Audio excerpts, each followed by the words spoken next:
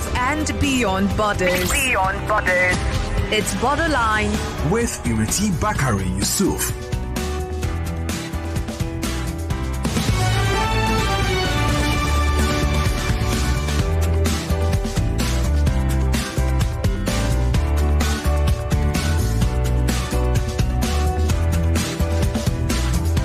Be part of the discussion. It's Borderline on 99.3 Nigeria Info.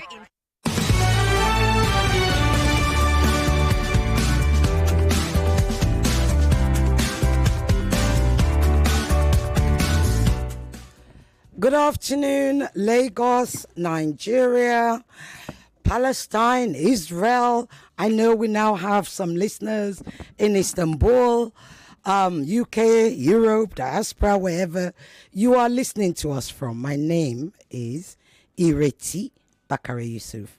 Welcome to Borderlines, the only show that takes you beyond borders. Now, since I've been away, I was in Istanbul for the Palestinian Media Conference.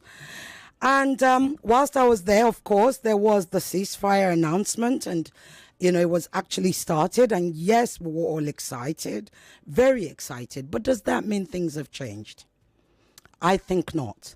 But even more so, we must always remember critically that in the 15 months of the genocide, Israel killed doctors, medical workers. Israel destroyed hospitals and medical facilities. The UN reported that between 2023, October, and June 2024, 136 of 27 hospitals and 12 other medical facilities were destroyed. Medicines Sans Frontier, which is MSF, talked about 8 MSF staff members who were killed. WHO talked about 164 attacks on healthcare recorded since October 7th, 2023. 198 Palestinian medical staff were killed, along with 12 members of the Palestinian Civil Defense and 103 UNRWA members. 26 hospitals and 52 healthcare centers were out of service and 55 ambulances were damaged. The list goes on and on and on. As of September 2024, 492 attacks on healthcare facilities were reported in September. A total of 492 individuals were killed. There were no hospitals in Gaza was fully operational. Only 17 out of the 36 hospitals were partially functioning, while 19 others were completely out of service. My guest today will be able to unpack that. In fact, he does so much work out there, not just because he's a Palestinian, but because he is a doctor.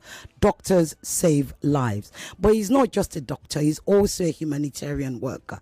Doctor, you're going to have to correct me, but let me pronounce it. I will try. Hicham El Ghaoui. Did I pronounce it correctly? Oh, you're on mute, I believe. Hicham El Ghaoui. Dr. Hicham El Ghaoui is a medical doctor at Medi'Bagnes. Yes. See, it's all French. My French is really rusty. Verbier in Switzerland. Special Missions Gaza. Dr. Hicham, welcome. Exactly. Thank you very much. Okay. Thank you to invite me and give me the opportunity to talk with all Nigerian people. Oh, it's an absolute pleasure to have you, and it's an honor even more so. We wished it was in better circumstances, but unfortunately it's not. There seems to be a voice delay, so I will give a minute, a few seconds actually, when I speak so that you can respond. I'm just noticing that now. So as somebody who has worked in Gaza, you have extensive experience over there. Tell us about the harrowing conditions out there. So I had the opportunity to go to Gaza in April in July and in December. 3 missions in emergency department of different hospitals. European hospital in Rafah, Nasser hospital in Khan Younis, Kamar Adwan in the north of Gaza City, and also Mamadani and Shifa in Gaza City.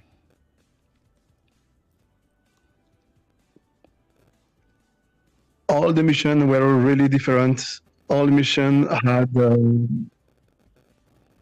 different experience, but all were really, really difficult because of the lack of everything. Antibiotic, antiseptic, anesthetic, everything is missing. So it's definitely war medicine, and it was my first experience in humanitarian medicine, and it was quite really, really, really difficult. And just to give you, just to explain you what looked like a normal day there. So in emergency, you work 24 hours. And you don't have planning, of course, because it's emergency department. Mm-hmm. And a normal day is you have the normal patient. They come for pneumonia, diabetes, asthma, and suddenly you will hear like ambulance and a lot of cars coming. And you have like 50, 60, 70 people coming in pieces. Totally destroyed, burned, children, babies sometimes. And you will make like a resuscitation for 3-4 hours.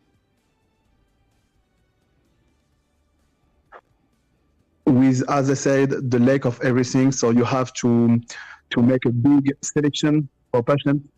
You will let die all patients that have, for example, cranial traumatism.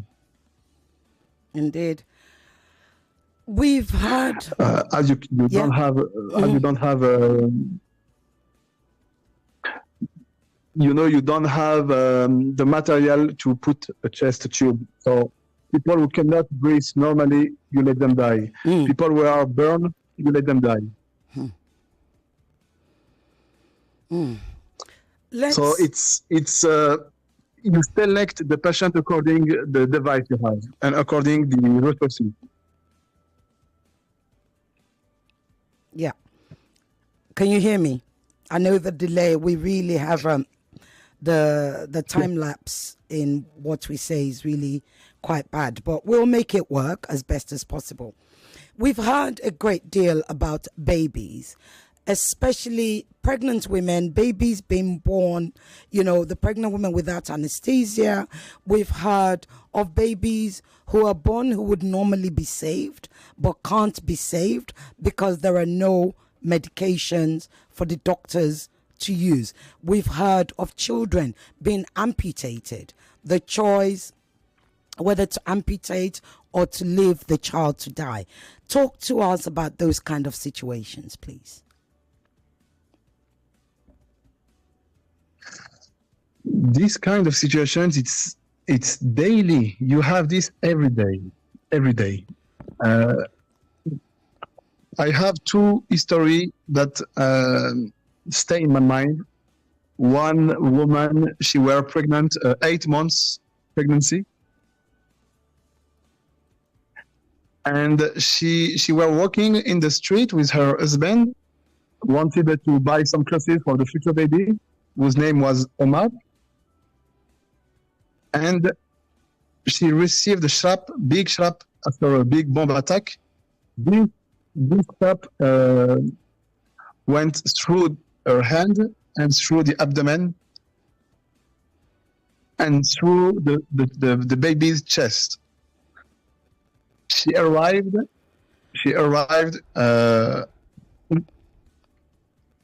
confused, but the baby was died. So she survived, but we had to deliver the baby, a dead body.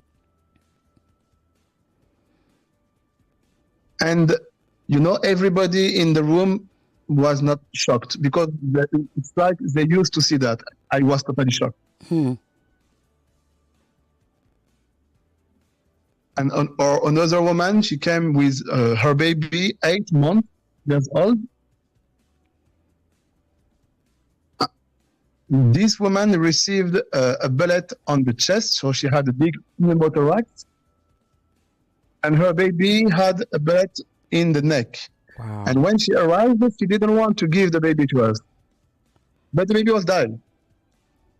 And of course, we tried to resuscitate the baby, but he was already, cold and died. And she didn't want to let the baby. And this is every day. And maybe the worst cases I had was a woman came into the hospital with 2 plastic bags. Plastic bag, with something inside.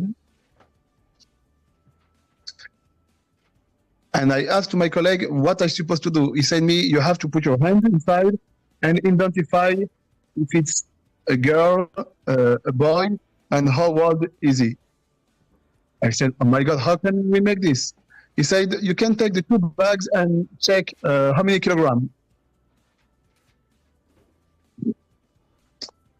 So people come with their children in plastic bag, and we identify the age according the weight.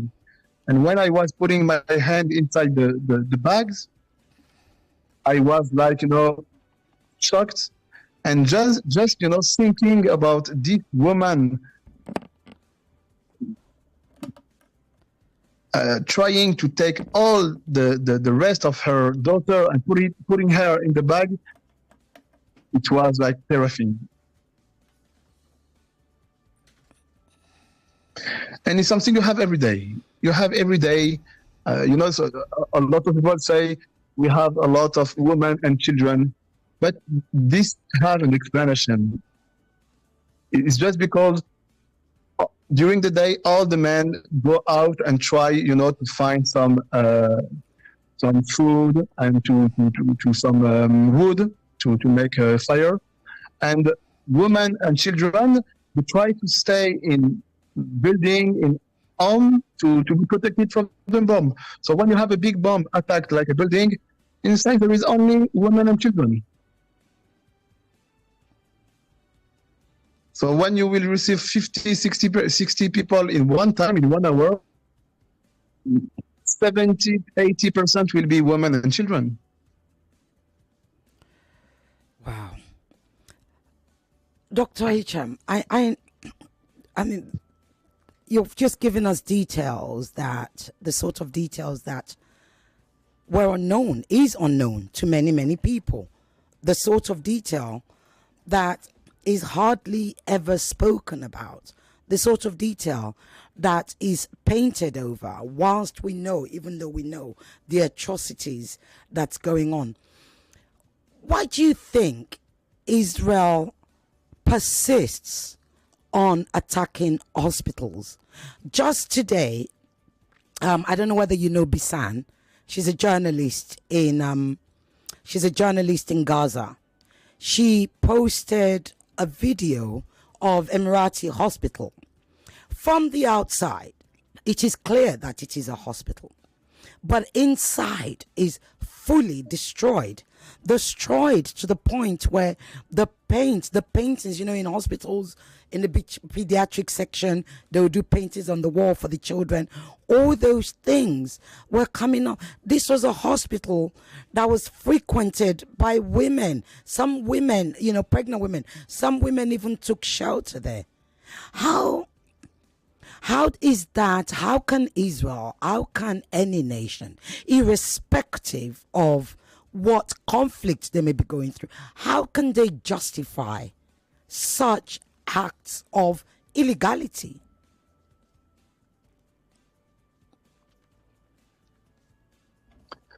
You know, I visited Shifa Hospital in April.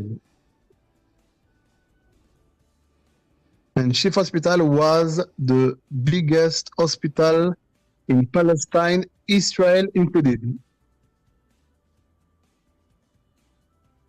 This hospital had been totally destroyed.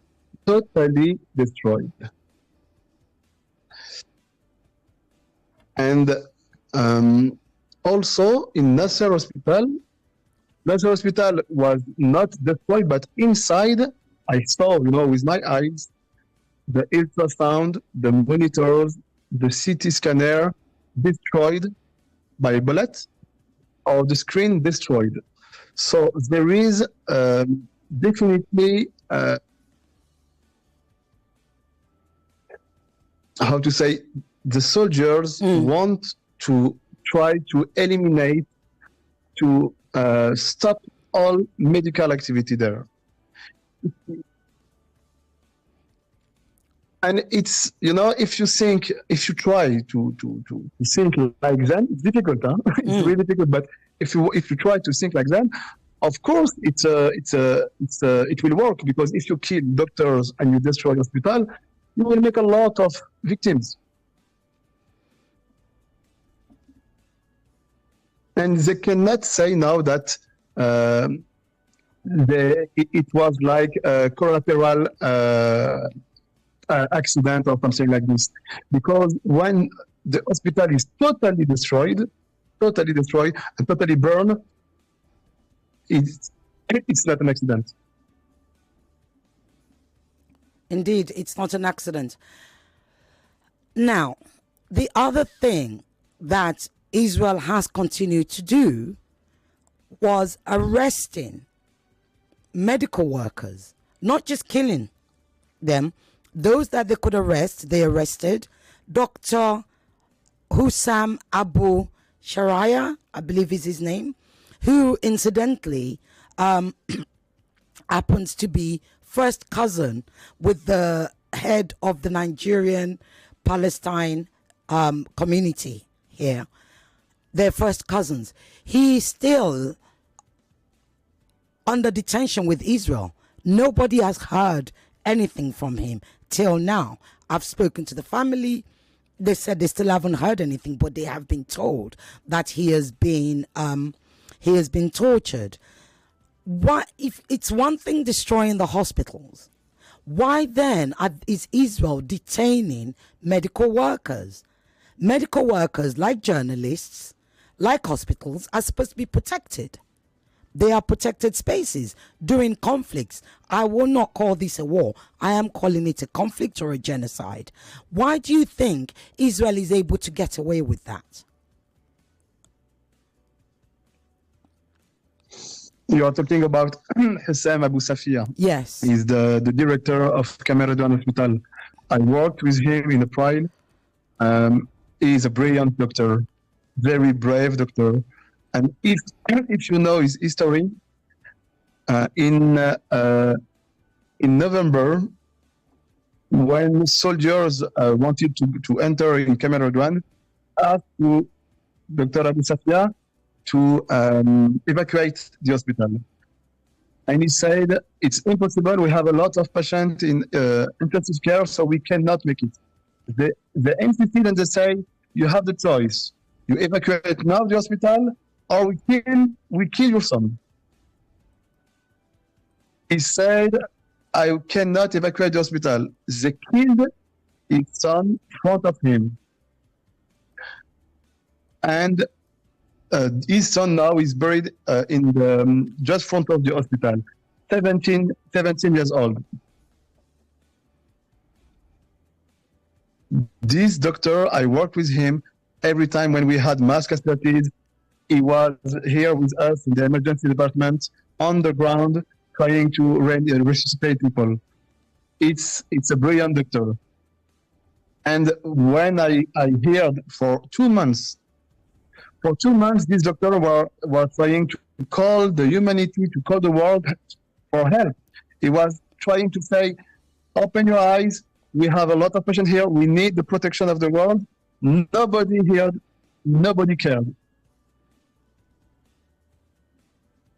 And the soldiers entered and they took him, and now they are torturing him. And it's forbidden for him to visit his lawyer.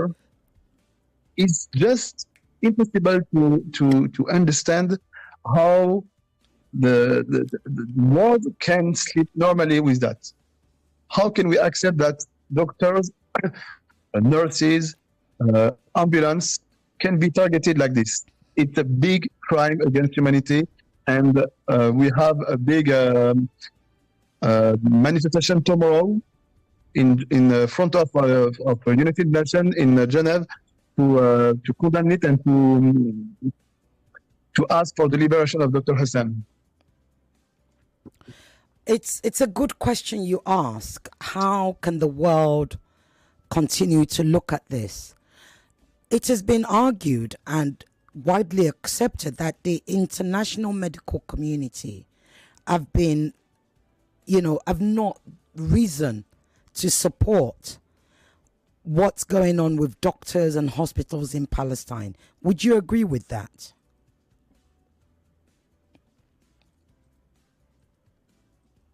All humans should be agree about one thing. We don't touch hospital, we don't touch doctors. All human.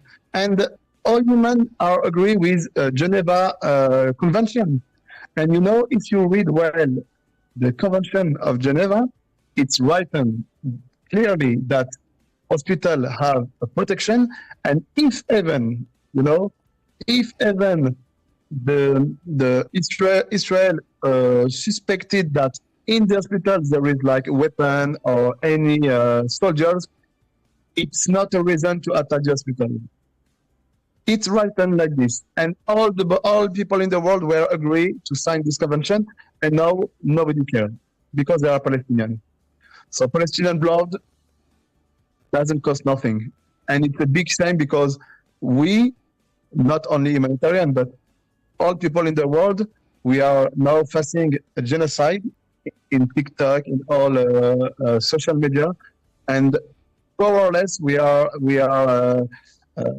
watching this kind of doctor, for example, asking for help, and nobody moves.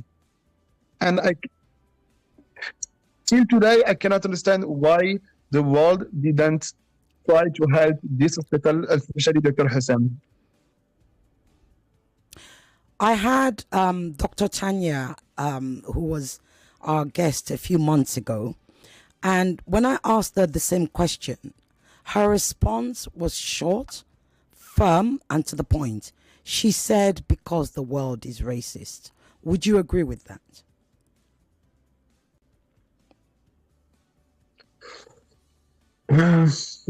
What does it mean, racist? I think, every people in the world have a value, okay?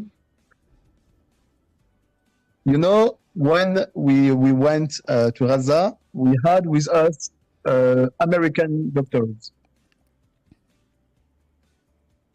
in the same bus. And these doctors, when we entered in Gaza through Israel, when they give their passport, immediately the soldier gave them back, immediately. And me, I gave my passport, and I was waiting. He said, "What are you waiting for?" I say, "My passport." He said, "Go take a seat." And I stayed 4 hours. 4 hours. And after 4 hours, they said, "Okay, you can go." My colleague, making exactly the same thing with American passport, 1 second. So the world is racist. I think the world now thinks only about its own interests. They will not be racist if with Saudi Arabia, if they can sell them petrol, if they can give them everything. I don't think it's just a problem of origin or nationality. I think everybody now in the world is just protecting his interest. That's all. And today, Palestine, it's not interesting for anybody. It's just interesting for us because we are suffering with them, and we cannot accept that today, 2025, we can colonize with force and kill people, kill children, kill women, doctors like this, and we don't say nothing. We cannot, teach to our children what about the right and what about the freedom and blah blah blah, and say okay, everything is allowed accepted for Palestinians. Yeah. Let's talk about this ceasefire. When you heard of the ceasefire, what were your immediate response?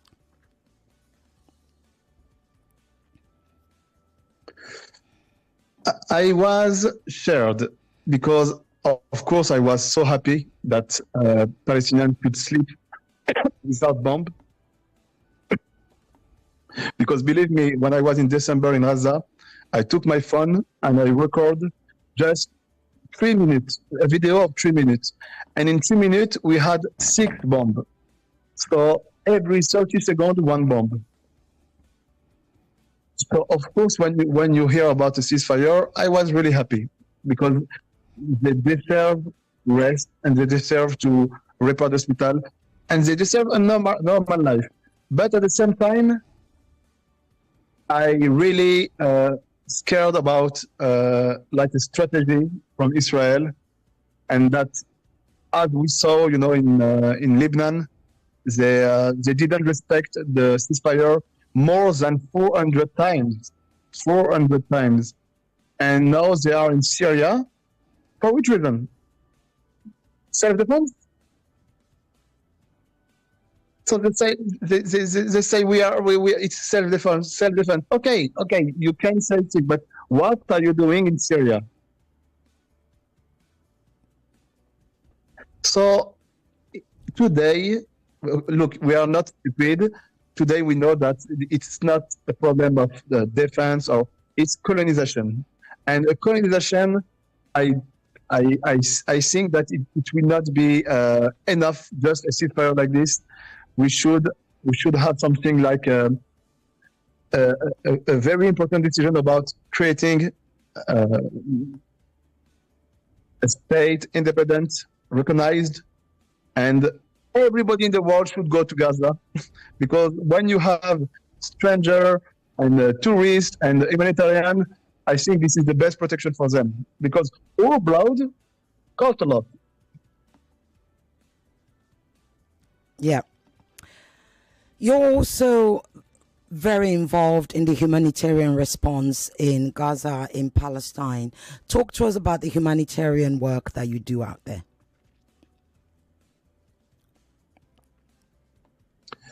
So I went there with Palmed organization, and I had in my team surgeon and anesthetist and pediatrician.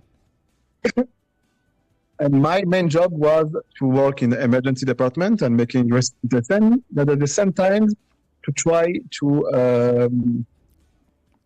make practice, a lot of practice for young doctors. Because in Camp Redouane, for example, when I arrived in Camp Redouane, I thought that I will be like just a support. But when I arrived, I was the only one doctor in the department.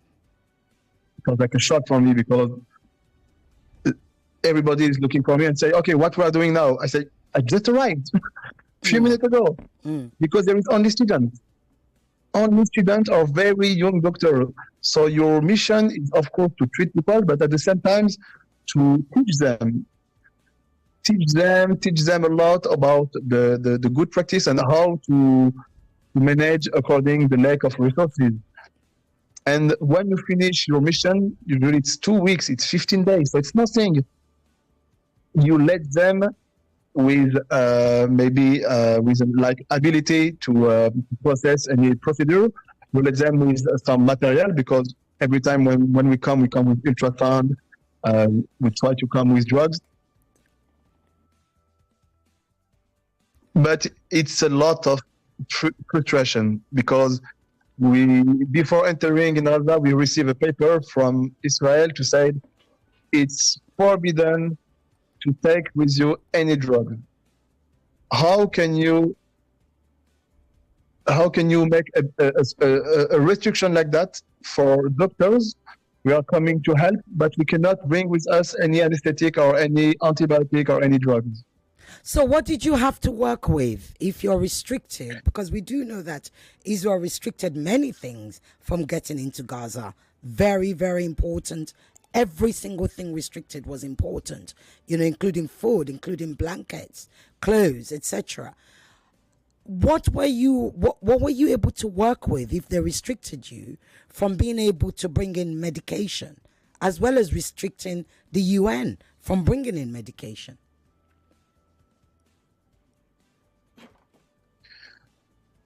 Honestly, you come, you try to help, but if you can save 20% of people, you should save if you had all the resources. It's a good percent. It's a really good percent.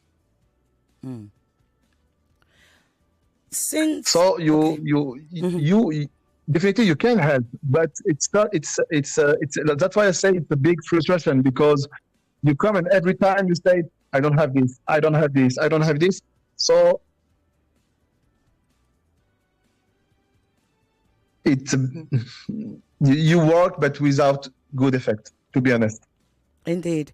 Let's talk about, and in fact, I want to talk about the young doctors you mentioned, because again, that's the one thing that people forget. There are lots of young doctors who were before October 7th who were still training, who were in medical school. And like you said, you're only able to spend 2 weeks with them. How do they feel about staying as a doctor, continuing their career as a doctor, when they can see that other doctors are not only being arrested, but they're also being killed? What did they say to you? Did they have conversations with you about that?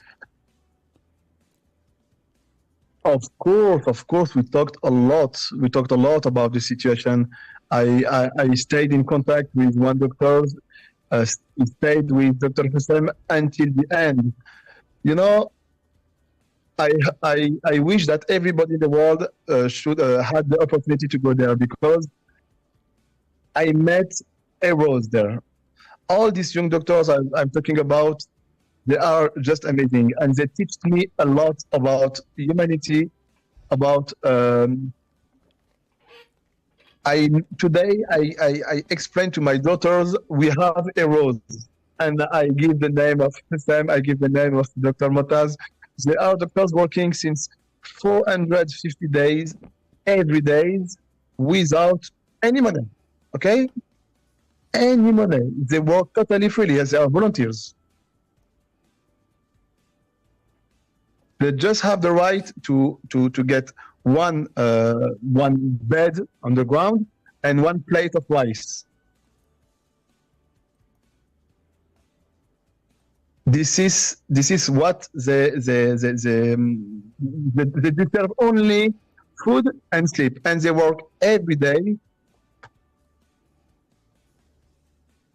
and they don't complain. They are always smiling. So I say, how can you do like that? So it's a big lesson for me, for all humanitarians. And these young doctors, when you arrived, if even you don't change the situation, because of course we were 10 doctors in the last mission.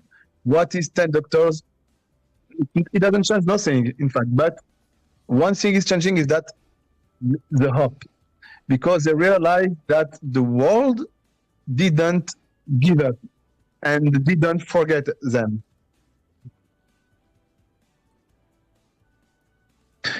And when we arrived, they are smiling, they are welcoming you as members of their family. And they are with you 24 hours.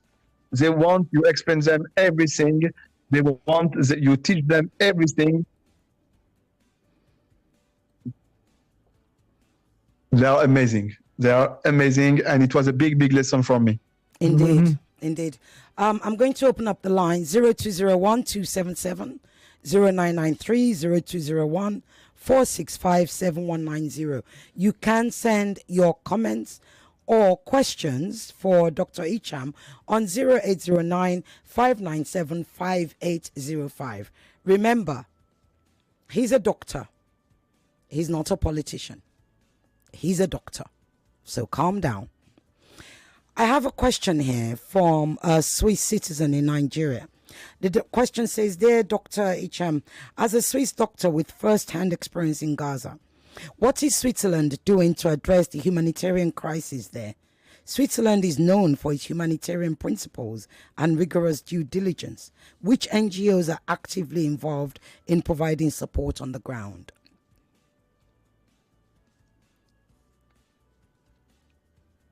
I didn't see nothing. I didn't see anything that Switzerland made for Palestinian people. At the beginning of the war, they stopped, as many other countries, the fund for UNRWA, just supposing that Israel said that members of UNRWA were participating with 7th of October. So it's so easy. Israel said something, immediately we stop help. Israel say go to the right, we go to the right. Switzerland, as many countries, are like, for me, it's my word, coward. And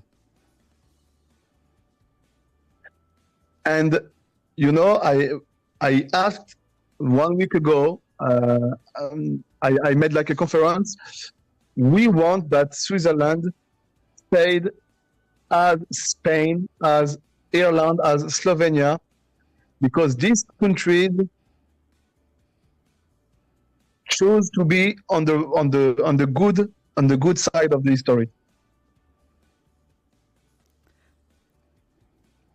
But Switzerland, nothing. I didn't notice nothing. Okay, the Red Cross, but the Red Cross is like international organization. Yes. But I don't know any other doctor from Switzerland that had participated in any mission. And when I had my second mission, I tried to call all the organization here to help me to bring medicine, because it's forbidden, to buy medicine in Switzerland and to bring them to Gaza. I tried with many organizations, nobody answered. So I'm disappointed a lot. I'm really disappointed, and I just realized that if I want to help, I have to go by myself and help with my hand. If you wait after people, you don't do nothing. Indeed. Let me just come. Okay, I was just about to answer your calls.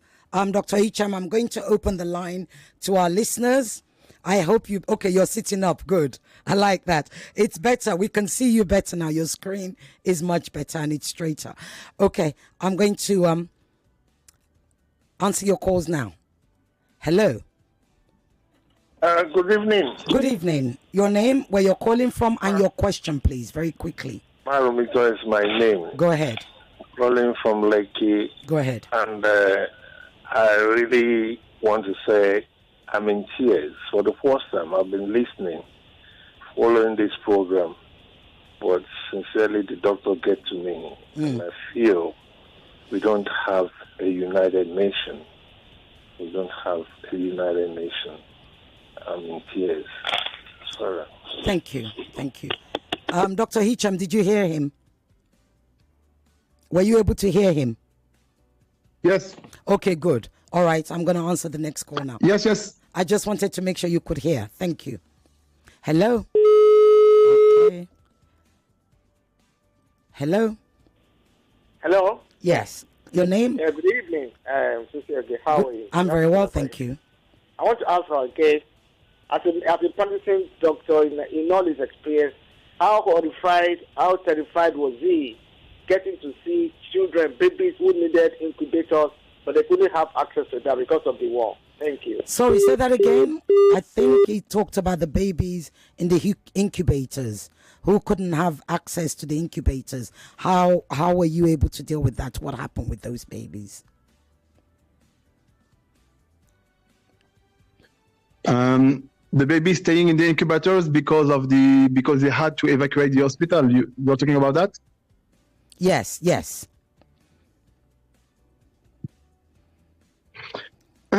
This occurred in the Kemeredouane hospital also.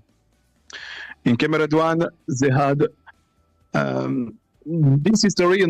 It's sad because we're talking about babies, but we had exactly the same story in Nasser Hospital. 400 patients staying in Nasser Hospital had to evacuate. Impossible to evacuate. You cannot evacuate people who have intensive care. And these 400 patients finished buried behind the hospital, killed by Israelis. I saw it with my eyes. You can see patients. You see that they are patients because they have like the catheter. They have the catheter and they had been shot. We are talking about 400 patients. So of course, when we see babies staying in incubators, it hurts a lot. But this story that occurred in the Kemeredouane hospital occurred in many other hospitals. All patients that cannot be evacuated died. Yeah. Okay, you can call again now. I can pick up your calls. All patients that can't be evacuated die. That's what Dr. Hicham just said. Okay, I'm coming to your call now. Hello? Hello, you need to go. Yes, your name, where you're calling from, and your question or comment, please, very quickly. My name is Michael. You need to speak up, Michael. You're in a very noisy area. We can't hear you. Can you hear me? Yes, move away from the noise and try again. Sorry, Michael, you have to call back. Hello? Hello, good afternoon. Good afternoon. Your name, where you're calling from, and your comment or question, please. All right, my name is John Austin. I'm calling from Ekpe in Lagos. Here. Go ahead, John. Please, it's hard to listen to that doctor with all this thing. It's like we are no longer in the world. But my comment is, I must know very well that Israel has more power than them. Why would they keep the hostage and allow their people to be killed and be destroyed, the city to be destroyed? Well, why didn't they release the hostage and let peace reign now? No, Israel will not take it lightly with them. With all this destruction, killing of women and children.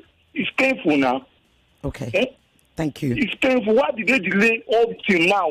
Why did they delay of returning those people they took from Israel in October 7th so that peace can reign in that region? Okay. Eh? Thank you. Thank you. Dr. Hicham, I'll come to you. What he's saying is, why didn't Hamas release the hostages, the Israeli hostages, earlier to prevent all this killing? I'll come to you to answer that. Let me just pick up one more call. Hope you can remember that. I'll try to on your behalf. Hello? Hello. You need to turn off your radio, please, very quickly. Let's be quick. Can you hear me now? Yes, I can. Yes, I used to watch Gaza in their France 24, something like that. Yeah, on France 24, yes. Or there's one other station like that. Mm-hmm. Al Jazeera. You see that, yes.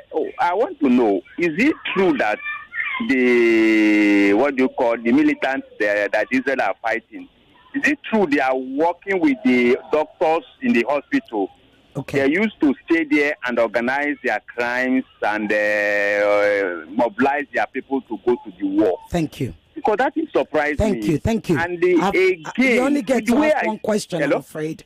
One question. Is it that second question is it true? Is it true what Israel says when Israel says that doctors are working with Hamas? I'll just answer one more question and I'll come to you, Dr. Hicham. Hello? Good evening, SCCOK. Good evening. You have Emmanuel on the line speaking. Yes, go ahead, Emmanuel. Very quickly. So first, I want to appreciate the doctor. Okay. With what that was going on. Okay. Sometimes when kids are crying, amputated, they remove their hand gloves, and then blew it, use it like the balloon, for them to play. Mm-hmm. I know it's traumatizing, we appreciate their efforts in Gaza. Okay. My question is, after the war, that is after the genocide, don't let me call it war. Yeah. Do they have a belief in these world bodies like World Health Organization, the UN, anything that has to do with a world body in respect to health? I understand. I'm asking this, because of some of the hypocrisy of you telling them you want to pause, to immunize the children, and then 24 hours afterwards, the same children you claim to immunize or vaccinate, you kill them.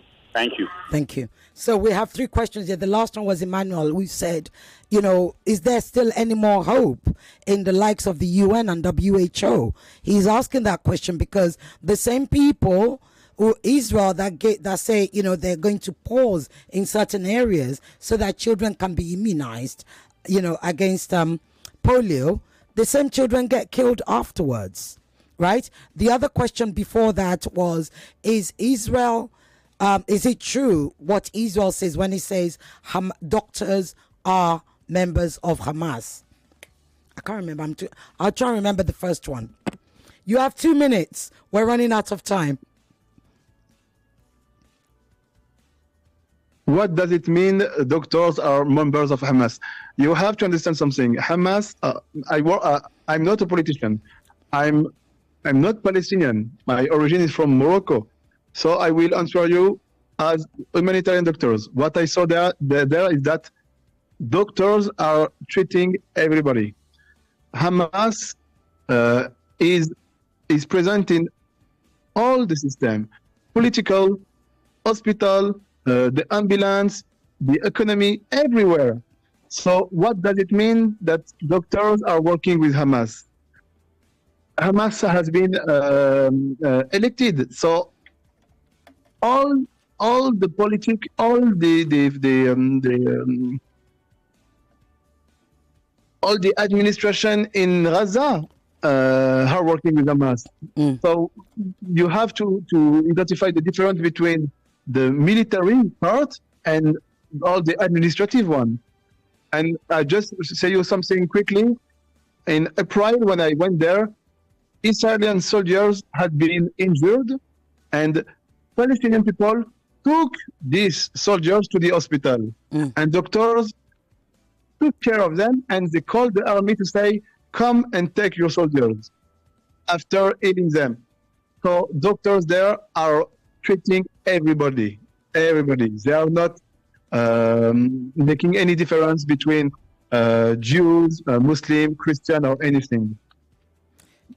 The other question was, is there still any the question belief? about hostage. Yes, is there still any belief in... So let me just repeat what you just said. Did you just say that the doctors are actually also saving IDF or Israelis, etc., in Gaza? Yes. I said it and I confirmed it. Soldiers were injured and have been sent to the hospital by Palestinian people, and the local doctors helped them and called the IDF to say, come and take your soldiers after treating them. And this is something we never heard about this in the media. No, we don't. It's something real. Absolutely. And the question about hostage, I cannot answer about why they didn't give the hostage, but just think about there is 10,000 hostage, Palestinian hostage in Israel. 10,000. Why we don't talk about that? Why don't we talk about that? Indeed. Good response. Let me now come to you about why we use a different word? Why we say prisoner? Yeah. Why is it Palestinian hostages are called prisoners and Israeli hostages are called hostages? Correct? Is that what you're saying? Exactly. Thank you. Okay. Now, the last question was about WHO and the UN. Do you still have any faith in them to help Gaza, Palestine, Palestinians after this genocide is over? At all. WHO doesn't have any authority In September, they tried to enter through Jordania in Gaza, and Israel say no. They stayed 6 to 7 weeks waiting in the border without being able to enter. They don't have any authority, and we cannot trust about that they have any power or any authority on Israel. So of course I don't believe that they can help Palestinian or anybody in the world. Wow. Okay. Unfortunately, we've run out of time. Dr. Hicham, I could talk to you for much longer. You've actually enlightened us so much more in a way that nobody actually knows. Thank you so much for joining us. And promise to come back, please. You're welcome. Thank you very much. Thank you. Merci beaucoup. Yes, of course. Thank you very much beaucoup. to give me the opportunity to talk a bit. Merci beaucoup. Merci à vous. Au revoir. And take care. Bye.